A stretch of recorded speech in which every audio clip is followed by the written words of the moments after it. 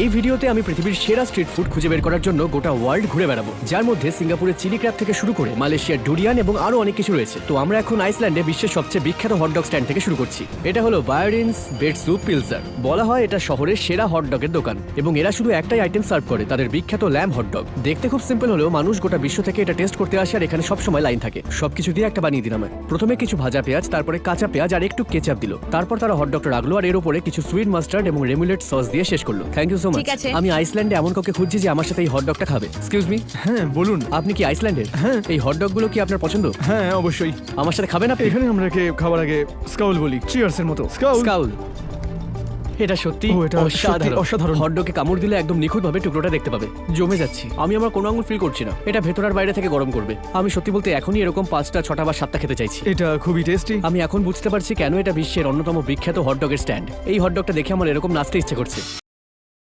পরবর্তী street food stop হলো Singapore এবং এখানে স্ট্রিট ফুড স্টলগুলোকে বলা হয় হকার স্টল। প্রথমে যেখানে যাব তার নাম হকার চ্যান। এটাই প্রথম স্ট্রিট ফুড স্টল যেটা মিশেলিন স্টার জিতেছে, আর এটা পৃথিবীর সবচেয়ে সস্তা মিশেলিন স্টার ফুড। এটাই সেই খাবার যার জন্য স্টার পেয়েছে। এত ছোট জায়গায় তারা এত কিছু করেছে দেখে আমিও অবাক হয়ে যাচ্ছি। এখানে অনেক কিছু চলছে, খুবই গরম এখানে, কিন্তু ওরা এখানে বিশ্বের অন্যতম সেরা কিছু খাবার তৈরি করছে। এখানে শুধুমাত্র 3জন লোক আছে, মনে হচ্ছে পিছনের লোকটা কিছু একটা তৈরি করছে। এখানে এই ভদ্রলোক সমস্ত চিকেনটা কেটে ফেলছেন, তারপর ইনি সবকিছু নিয়ে ভালো করে খাবারটাকে সাজাচ্ছেন। আর আমার মনে হয় উনি কাস্টমারদেরও সামলাচ্ছেন যারা লাইনে দাঁড়িয়ে আছেন। আর এই লাইনটা এত দূর পর্যন্ত যে শেষ কোথায় বলা যাবে না। এখন সবে সকাল 10:42 আর মানুষ অলরেডি চিকেন আর রাইস খাচ্ছে।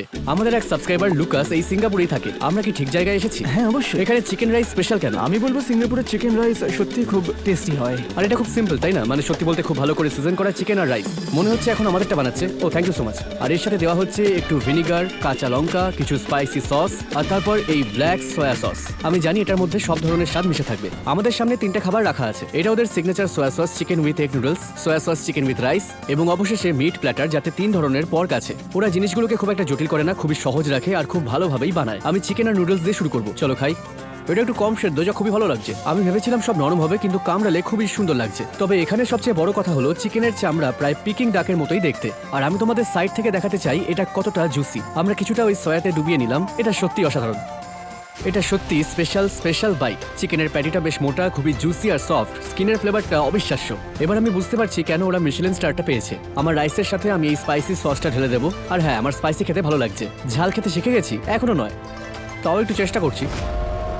যা ভেবেছিলাম তার চেয়েও ঝাল।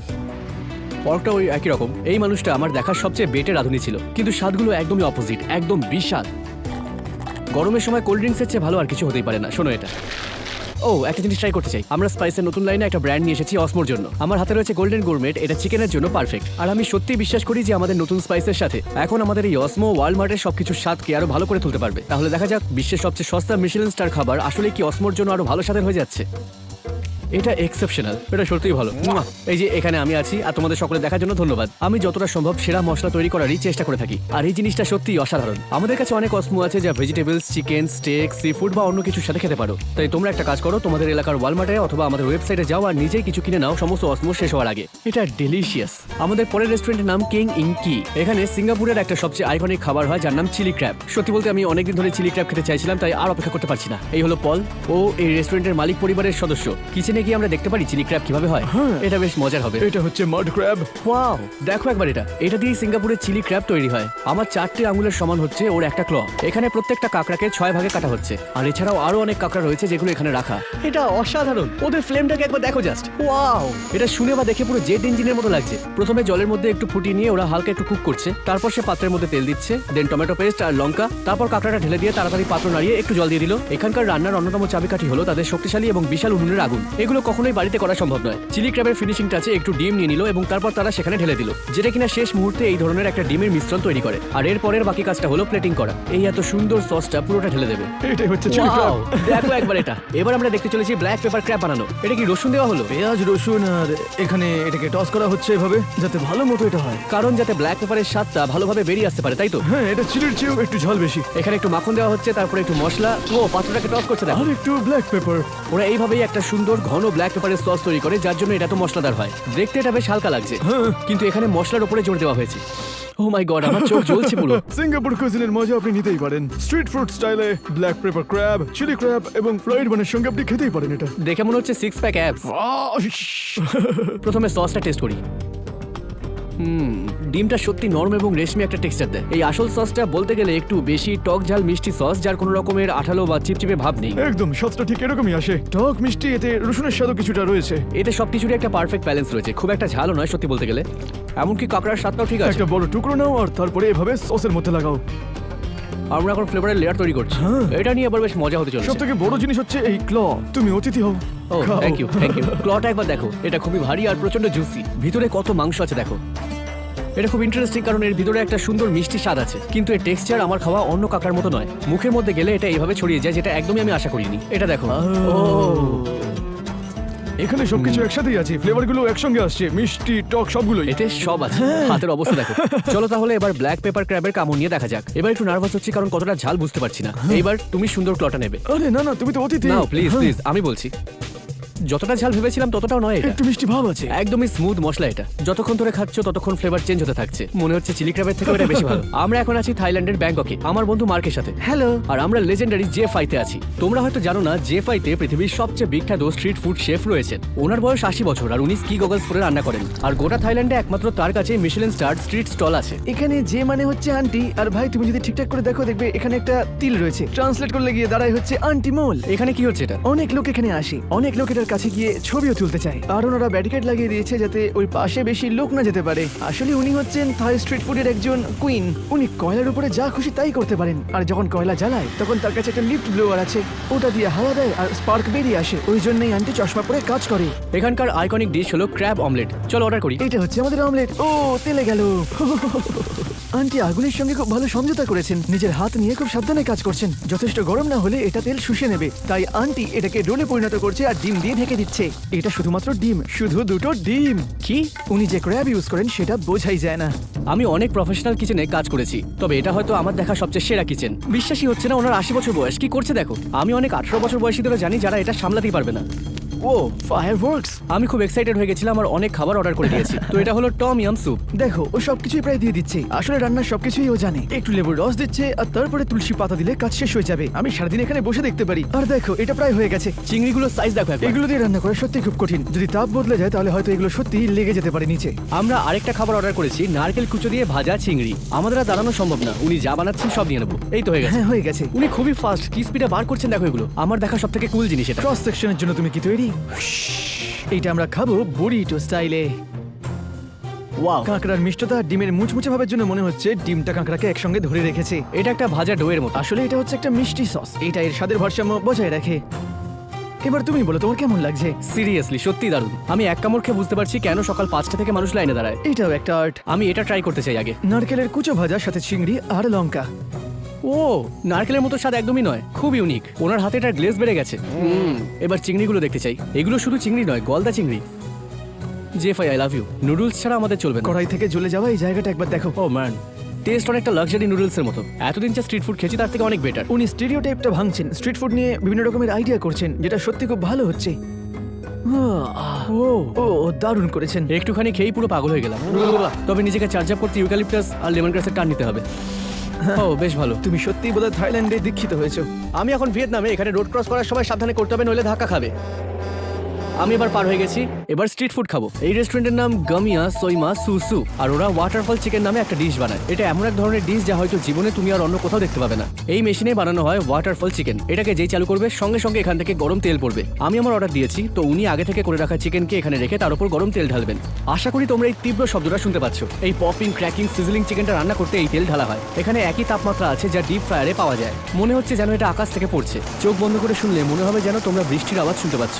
এটা সত্যি একটা দারুণ রান্নার পদ্ধতি। ভিয়েতনামের বাইরে অয়েল ওয়াটারফল পদ্ধতি খুবই কম দেখা যায়। এর এত তাপ যে এখানে পাশে দাঁড়ানো যাচ্ছে না। আর উনি নাকি এখানে সারাদিন দাঁড়িয়ে রান্না করেন। আমাদের এমনকি কিছুক্ষণ ক্যামেরাও ফ্রিজে রাখতে হয়েছিল ঠান্ডা করার জন্য। আমার ঘাম ইগনোর করো। মুরগির দুটো দিকেই ভালো করে তেল খাওয়াতে হবে যাতে তোমার চোখের সামনে এটার রং পুরোপুরি বদলে যায়। এখন মনে হচ্ছে চিকেনটা গোল্ডেন ব্রাউন কালারের হয়ে গেছে, তাই এটাকে এবার উপরে তুলে রাখা হবে যাতে এর ভিতর থেকে তেলটা বেরিয়ে যায়। চিকেন ওখানে রেস্ট নেওয়াকালীন আমরা এই মেশিনে চলে আসি, কারণ আমরা যে চিকেন দেখছি তার সাথে থাকে স্টার ফ্রাইড রাইস। আর এটাই সেই মেশিন যা তারা স্টার ফ্রাইড রাইস তৈরি করতে ব্যবহার করে। প্রথমে আগে থেকে সেদ্ধ করে রাখা চাল নিয়ে প্যানটার একদম তলা অবধি ভালো করে তেল মাখাতে হবে। বুম, তারপর রাইসটা অ্যাড করে দিল। একটু নাড়িয়ে দেখে নিলেই তারপর এটা রেডি হয়ে যাবে। এর তাপটাকে কিছুক্ষণ ধরে রেখে এর সাথে অ্যাডেড টেক্সচার দিয়ে তারপর সেটাকে পরিবেশন করা হবে একটা প্লেটে, আর তার সাথে দেওয়া হবে শসা, টমেটো এবং কিছু ভিয়েতনামি ধনেপাতা। তারপর চিকেনটাকে সাইডে দিয়ে কাস্টমারকে সার্ভ করতে হবে। এটা দেখতে খুবই সিম্পল প্লেট লাগলেও আমি এটা খাওয়ার জন্য খুবই এক্সাইটেড। এটা এখানকার স্কুল ক্যাফেটেরিয়ার মতো। মুরগিটা কিন্তু খুবই জুসি লাগছে।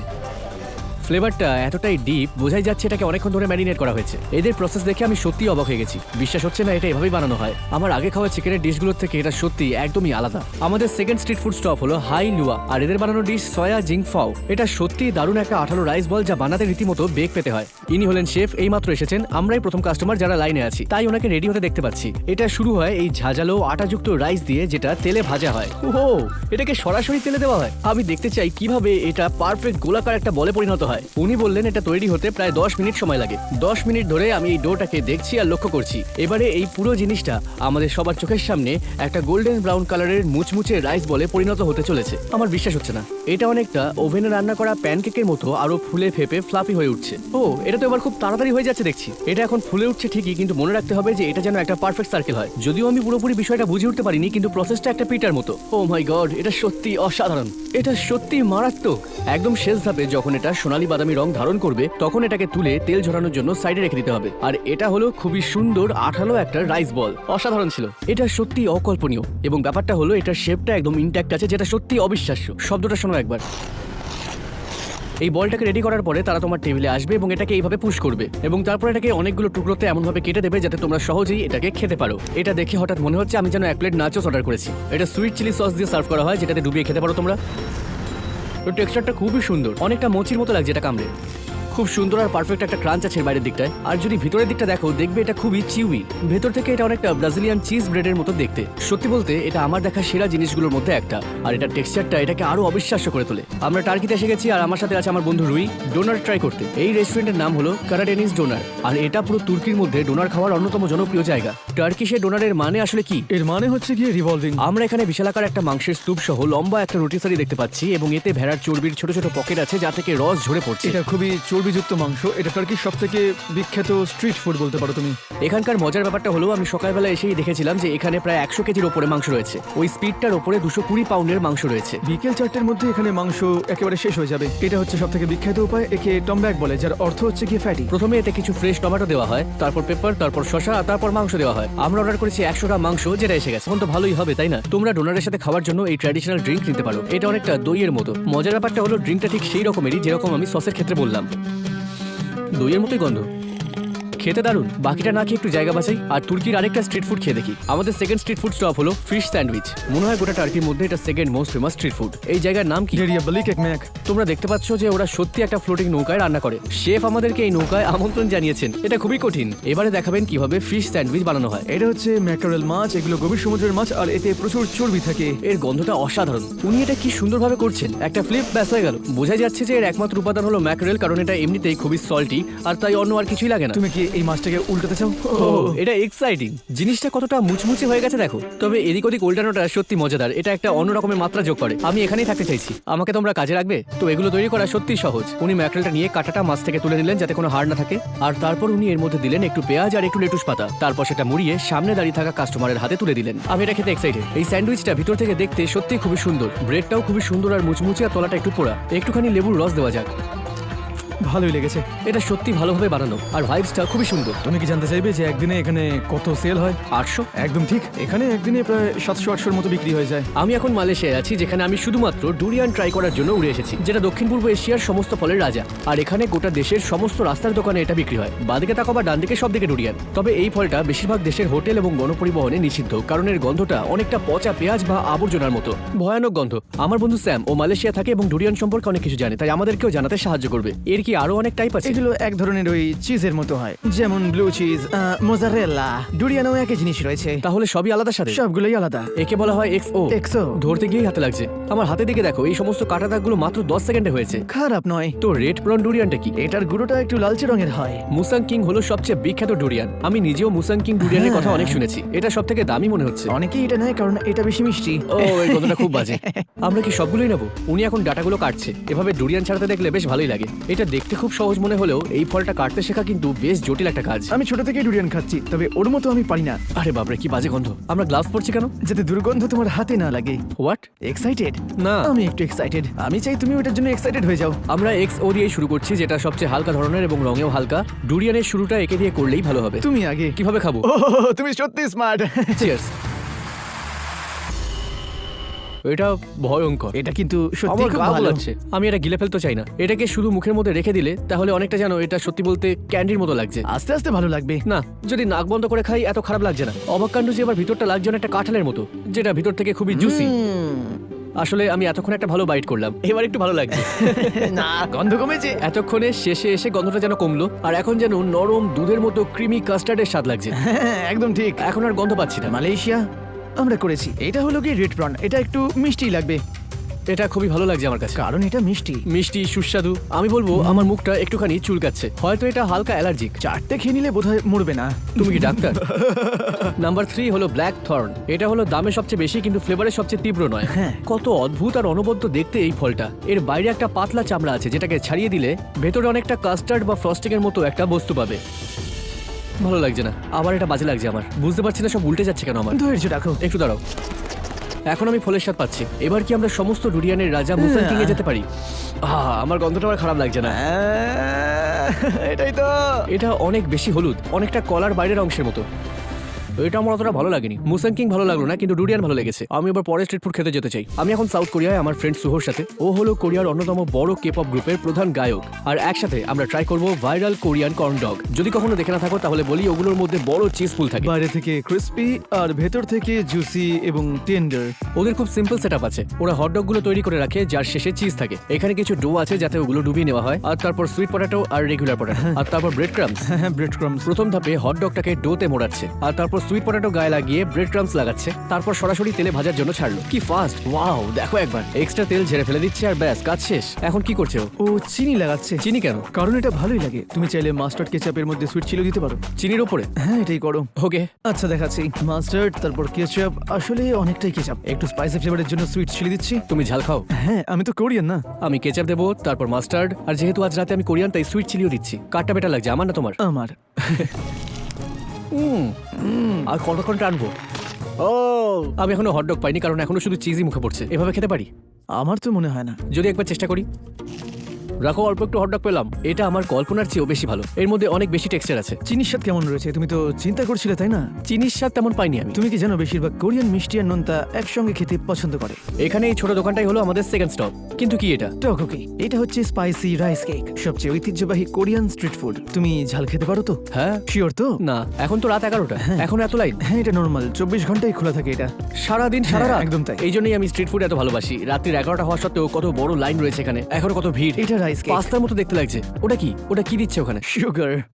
তুমি মজা করছো নাকি? আর ওটা কি ওখানে? Blood pork sausage. এটা আমার ফেভারিট। এটা? হ্যাঁ। রিয়েলি? হ্যাঁ। ও, আমরা নিজেরাই বেছে নিচ্ছি। এটা তো বাফের মতো, বেশ ভালো লাগছে। ওকে, এটা কি ফ্রেঞ্চ টোস্ট? এটা কি? Fried bread. ওরা এটাকে আরো বেশি ক্রিস্পি করছে। ভেতরে কি এটা দেওয়া হবে? হ্যাঁ, দেখো না ওখানে। হোয়াট? উনি এটাকে বাইটের মতো ছোট ছোট করে কাটছে, আর এখন রাইস কেক দিচ্ছে। উপরে আবার এক্সট্রা সসও দিচ্ছে। এটা কি? এটা ফিশ কেক স্যুপ, আর এটা হচ্ছে পর্ক সসেজ। আরে সত্যি সসেজ, আমি বলছি তো, বিশ্বাস করো না। তাহলে এটাই হলো কোরিয়ার সবথেকে জনপ্রিয় স্ট্রিট ফুড স্ন্যাক্স। হ্যাঁ। এই স্পাইসি রাইস কেক। এটা টেক্সচারটা সত্যি খুবই অসাধারণ। এই কারণেই হয়তো কেউ গুটিসুটি মেরে একটা গরম বাটির সামনে বসে রাতভর এটা খেতে চাইবে। ঝালের মাত্রা একদম ঠিক আছে। এটা অতটা ঝাল ও, নয়। এটা আবার কি? তোমার জন্য এটা স্পেশাল খাবার। এটা না খেলে তুমি বলতেই পারবে না যে তুমি কোরিয়ান খাবার কিছু খেয়েছো। আমি নর্মালি কিছু চেখে দেখতে ভয় পাই না, তবু এটা নিয়ে আমি একদমই এক্সাইটেড নই। একদমই ভালো লাগলো না। এই মাংসের স্বাদ শক্ত জেলির মতো। এরকম নয়, সস লাগিয়ে খাও। কিছু চেঞ্জ হলো না, সে একই আছে, সাথে শুধু সস রয়েছে। Cheers. প্রথমবার মাছের স্যুপ দিয়ে চিয়ার্স করলাম। আরো একটা স্ট্রিট ফুড আছে যেটা না খেয়ে কোরিয়া থেকে বেরোনোর কথা ভাবাই যাবে না, আর সেটা হলো সেই স্কুইড গেমের ডালগোনা ক্যান্ডি। আমি আমার বন্ধু ডুবিকে এনেছি আমার সঙ্গে এই চ্যালেঞ্জে অংশ নেওয়ার জন্য। বিশ্বাস করো বা না করো, এটা হলো সেই দোকান যেখানে নেটফ্লিক্সের স্কুইড গেম শোয়ে ডালগোনা ক্যান্ডি গুলো বানানো হতো। এটা একটা লেজেন্ডারি জায়গা। তো আমরা কি করি, আমরা এখানে এসে বসি আর আমাদের ডালগোনার আকৃতি কি হবে সেটা নিজেরাই বেছে নিই। আমার মনে হয় আমাদের একটা ছাতা কিনে নেওয়া উচিত যাতে আমাদের সমান সুযোগ থাকে। এটা বানানোর পদ্ধতি কিন্তু খুবই সহজ। উনি সুগার নিয়ে ছোট একটা বুটেন স্টোভে সেটাকে গলায়, আর তারপর একটা চপস্টিক নিয়ে সেটাকে বেকিং সোডায় ডুবিয়ে এটার মধ্যে একটু দিয়ে দিতে দিতে হবে যাতে একটা দারুণ ডালগোনা আমাদের জন্য তৈরি হয়ে যায়। ও ওয়াও, যেভাবে টেবিলে ছুঁড়ে মারল ওটা কিন্তু পুরো ক্রেজি। এবার উনি ওটার উপরে ছাঁচটাকে বসিয়ে দিচ্ছেন, তারপর পছন্দের কুকি কাটার শেপের ডিজাইনটা বসিয়ে দেওয়া হয়। এটা অসাধারণ, কিন্তু এটাই নাকি সবথেকে কঠিন শেপ, তাই না? হ্যাঁ একদম। যে এটা আগে শেষ করবে সেই জিতবে, যদি ভেঙে যায় তাহলে ডিসকোয়ালিফাইড, আর জিভ লাগানো যাবে না। 3, 2, 1, গো। এটা খুবই ইন্টেন্স। ওহ মাই গশ। তুমি কি একটু কথা বলে এটা বন্ধ করবে, কারণ এটা আমার প্রবলেমে ফেলছে। ডিসকোয়ালিফাইড। এটা খুব সহজ ছিল। এটা খুবই লজ্জার ব্যাপার। দেখো, তোমাকে টুকরো টুকরো করে কাজ করতে হবে। আমি ভেবেছিলাম আমি সহজেই জিতবো, মনে হচ্ছে আমাকে ঠকানো হয়েছে। আশা করি তোমরা শুনতে পাচ্ছ যে এটা কতটা ভঙ্গুর ধরনের। এটা সিনেমার কাচের মতো। তুমি কি ওটা মানে কি যেন বলে ওই অংশগ্রহণের জন্য ট্রফিটা পেয়েছো? আমরা এবার কিছুক্ষণের জন্য সাউথের দিকে এলাম, যেখানে আছে বিরিয়া ল্যান্ডিয়া। মেক্সিকোর টিজুয়ানাতে এটা একটা জনপ্রিয় টাকো ট্রাক যেখানে বিরিয়া টাকো বানায়। আমার সাথে আমার বন্ধু কুশকে এনেছি হেল্প করার জন্য। আমরা খুবই তাড়াতাড়ি ওদের কিচেনটা একবার দেখে নেব, আর তারপর আমরা টাকোস খাবো। ইনি হলেন হোসে, উনি ওনার। কোথা থেকে আপনি? ওয়েবলা, মেক্সিকো। আমরা কিচেন দেখতে পারি? তো আসতেই পারো। আমরা শুধু এখান থেকে মাংস বিক্রি করি। আর ব্যাস এটুকুই। এটা দেখার দিক থেকে আর গন্ধে দুর্দান্ত লাগছে। এটা হলো গিয়ে বিরিয়া। 5 ঘন্টা ধরে এর রান্না চলে। একে ফুটন্ত জলে দিই, তারপর সব মাংস ভেতরে পড়ে যায়। তারপরে গোয়াইলো মরিচ, ব্লেন্ড করা গোয়াইলো আর সব রকমের মশলার মধ্যে পড়ে। তোমাদের সিক্রেট? হ্যাঁ, এটা হচ্ছে বিফের একটা অংশ। এটা হলো কনসোমে। এটা বলতে গেলে খুবই পাতলা। উপর থেকে চর্বিটা তুলে ফেলে সেটা দিয়ে টর্টিয়া ভাজা হয় গ্রিলের ওপর। এই জন্যই তো এটা লাল। এখানে 4 ধরনের বিফ রয়েছে। এটা হলো গরুর পায়ের অংশে মাংস, এটা হলো বিফ শ্যাঙ্ক, তারপর এটা হলো টপ রাউন্ড, আর এটা হলো বিস্কেট। বেশিরভাগ লোক এই বিরিয়াতে ব্রিস্কেট ঢালেই না। ওই না। জন্যই দামি হয়ে যায় একটু। ওই জন্যই এটা একটু সস্তা হয়ে যায়। একদম ঠিক তাই। প্রায় শোনা যায় যে টাকোতে অনেক রকমের মাংস নাকি একসঙ্গে থাকে, আর সেটাই টাকোকে আরো বিশেষ করে তোলে। হ্যাঁ, এটাকে আমি বিশ্বাস করি। এটা এমনকি হাত দিয়ে ভেঙে ফেলা যায়। তুমি সব গরুর মাংস কুচিয়ে নিলে আর এখন এটা হাঁড়িতে ঢালছো, যাতে এটা শুকিয়ে না যায়, তাই তুমি একটু কনসোমে অ্যাড করে দিলে এর মধ্যে। মনে রাখো, এটা কিন্তু 4 রকমের গরুর মাংসের একটা মিশ্রণ। প্রচুর ফ্লেভার আছে এতে। এই কর্ন টর্টিয়াগুলোকে চর্বির কনসোমোতে ডোবাও। টাকো বানানোর জন্য কি সুন্দর পদ্ধতি ব্যবহার করা হচ্ছে। এরপরে আমরা দেবো মোজারেলা চিজ। আর এখন এই বিফ। ও, তুমি তো অনেক বিফ দিচ্ছ দেখছি। কোনো কিপটেমি নয়। এবার একটুখানি সিলান্ট্রো অ্যান্ড অনিয়ন হ্যাঁ, মিক্স, এটা ওই এক প্রকারের সালাড। আর তারপর একটু হট সস। তোমার কি মনে হয় রাতে কত টাকা লাগতে পারে? আমার হিসেব অনুযায়ী গড়ে প্রায় 700 বিক্রি হয়, উইকেন্ডে 1000। বাহ, কত বড় এটা! তারপরে আমরা এখানে আসি। তুমি কি শেষে আর একটু হট সস দিয়ে দাও নাকি? হ্যাঁ, চিজ, লেবুর টুকরো। ব্যাস। এবারে আমি তোমাকে দেখাবো টোস্টাটা কি করে তৈরি করতে হয়। তো তুমি এটা চিজ দিয়ে শুরু করো। এবার দেখো, এটাকে আমি উল্টে দিচ্ছি। ঘরে বানানো টোস্টাটাস উল্টে দাও। আর রংটা তুমি একবার দেখে ও, নাও, please। এর থেকে দারুণ গন্ধ বেরোচ্ছে। পেঁয়াজ আর ধনে। হ্যাঁ, এটা টিওয়ানা স্টাইল। একটু চিজ আর একটা লেবু দিয়ে শেষ করতে হবে। জানি না কোনটার জন্য বেশি এক্সাইটেড আমি। এটার ফিনিশিং টাচ হিসেবে বিরিয়া টাকোর জন্য রয়েছে কনসোমে। আমরা শুরু করেছিলাম পেঁয়াজ, ধনে, সস আর লেবু দিয়ে। এখানেও লেবু দিচ্ছ? ও, ভেতর আবার মাংস দিচ্ছ? এটা অনেকটা ওই চিলির মতোই। তো শেষ ধাপ হলো তুমি উপরে কনসোমেটা দিয়ে দাও আর হ্যাঁ, পুরোটা একদম, ভরে একদম। ফেলো। হোসে দেখাও কিভাবে খেতে হয় এগুলো। কনসোমেতে এতে ভালো করে চোবাতে হবে। Broom, big byte. এভাবেই খেতে হয়। আমি আমারটা বেশি করে ডোবাবো। দেখো এটা। অসাধারণ। এই টাকো খেতে গেলে পা ছড়িয়ে দাঁড়াতে হয়। তুমি এখান থেকে পালাচ্ছ কেন? আরে ভাই, এতে কি দিয়েছো? পুরো মুখ জ্বলছে এখানে আমার। এর টেক্সচারটা একদমই পারফেক্ট, আর ফ্লেভারের ব্যালেন্স তো দারুণ। এটা ভালোই স্পাইসি, তবে অতিরিক্ত নয়। তুমি কি বলছো? আমি নিজেকে আটকাতে পারছি না, এটা সত্যি সুন্দর হয়েছে। আমি এই টোস্টাটা থেকে একটা ভালো ক্রাঞ্চ শুনতে চাই এবারে। রেডি? শুনলে এটা? সত্যি বলতে হচ্ছে এটা আমার জীবনের সেরা টাকো হতে পারে। ভিডিও ভালো লাগলে সাবস্ক্রাইব করো। খাবারটা ভালোই।